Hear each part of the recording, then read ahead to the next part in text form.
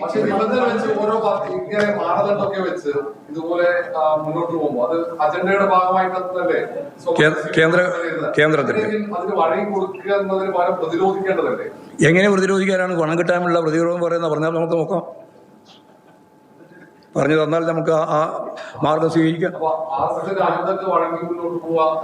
നിങ്ങൾ ഈ വഴങ്ങുക എന്ന് പറയുന്നതിന് അർത്ഥം എന്താ? കേന്ദ്ര ഗവൺമെന്റ് ഞങ്ങളുടെ പണമല്ലേ, രാജ്യത്തിലെ ജനങ്ങളുടെ പണമല്ലേ?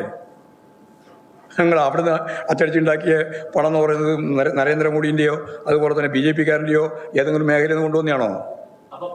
അത് ഈ രാജ്യത്തിന്റെ പണമാണ്. ആ പണത്തിന്റെ അർഹതപ്പെട്ട ഓഹരി നമുക്ക് തരികന്നെ വേണം. ആ തരാതിരിക്കുന്നതിന്റെ ഭാഗമായിട്ട് ഇത്തരം തെറ്റായ നിലപാടുകൾ സ്വീകരിക്കുമ്പോൾ അതിനെപ്പറ്റി ഒരു അക്ഷരം പറയാൻ ഈ കേരളത്തിലെ പ്രതിപക്ഷത്തിന് സാധിക്കുന്നില്ല, പ്രത്യേകിച്ച് കോൺഗ്രസിന്. കോൺഗ്രസ് ആണ് ഇതിനെല്ലാം ഒപ്പിട്ട് നേരത്തെ എല്ലാ രീതിയിലും ഒപ്പ് നിൽക്കുകയും ചെയ്യാണ്. എന്നിട്ട് ഇവിടെ വന്നിട്ട് ഇപ്പോൾ ആളുകളെ പറ്റിക്കാൻ വേണ്ടി ഓരോ പറഞ്ഞുകൊണ്ടിരിക്കുക.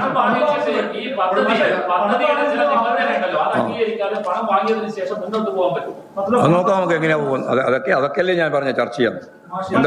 ഏതൊക്കെ രീതിയിലാണ് നിബന്ധന, എന്തൊക്കെയാണ് നിബന്ധന, അതിൻ്റെ നിബന്ധനകളൊക്കെ വരട്ടെ. അതെല്ലാം കൂടി നിങ്ങളിപ്പോൾ ആരും ഈ നിബന്ധനയും കാര്യമൊന്നും പഠിച്ചിട്ടൊന്നുമില്ല, ആരും പഠിക്കാണ്ടായി പറഞ്ഞുകൊണ്ടിരിക്കുന്നത്.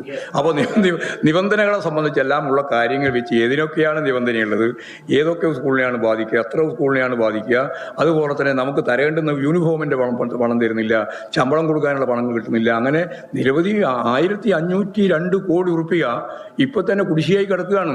ഇനിയും ഒരുപാട് കോടി കുടിശ്ശികയായി കിടക്കുകയാണ്.